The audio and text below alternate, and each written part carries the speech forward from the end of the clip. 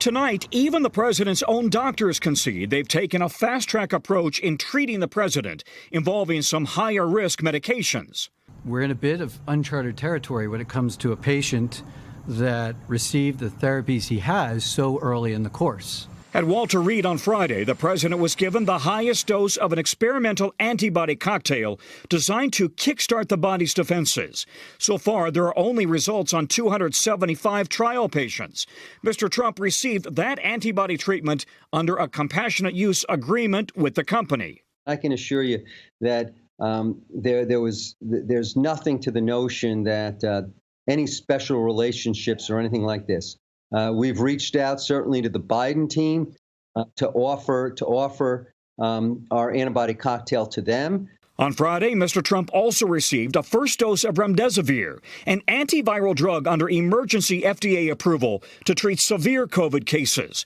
But most surprising, say outside experts, is that the president's doctors also administered dexamethasone, a steroid used to keep the patient's immune system from going into a dangerous overreaction.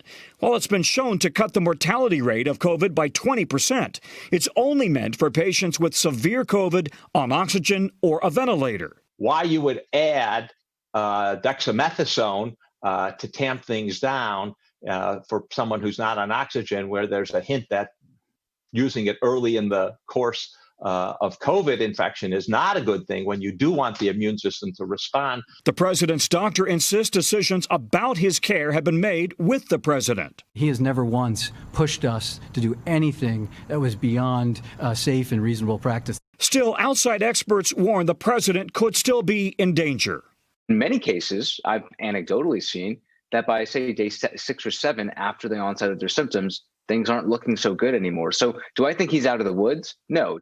Outside experts are also surprised that Dr. Anthony Fauci, the nation's top infectious disease expert, has not been involved in the president's care.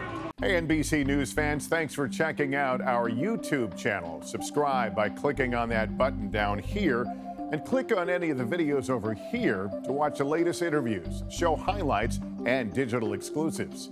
Thanks for watching.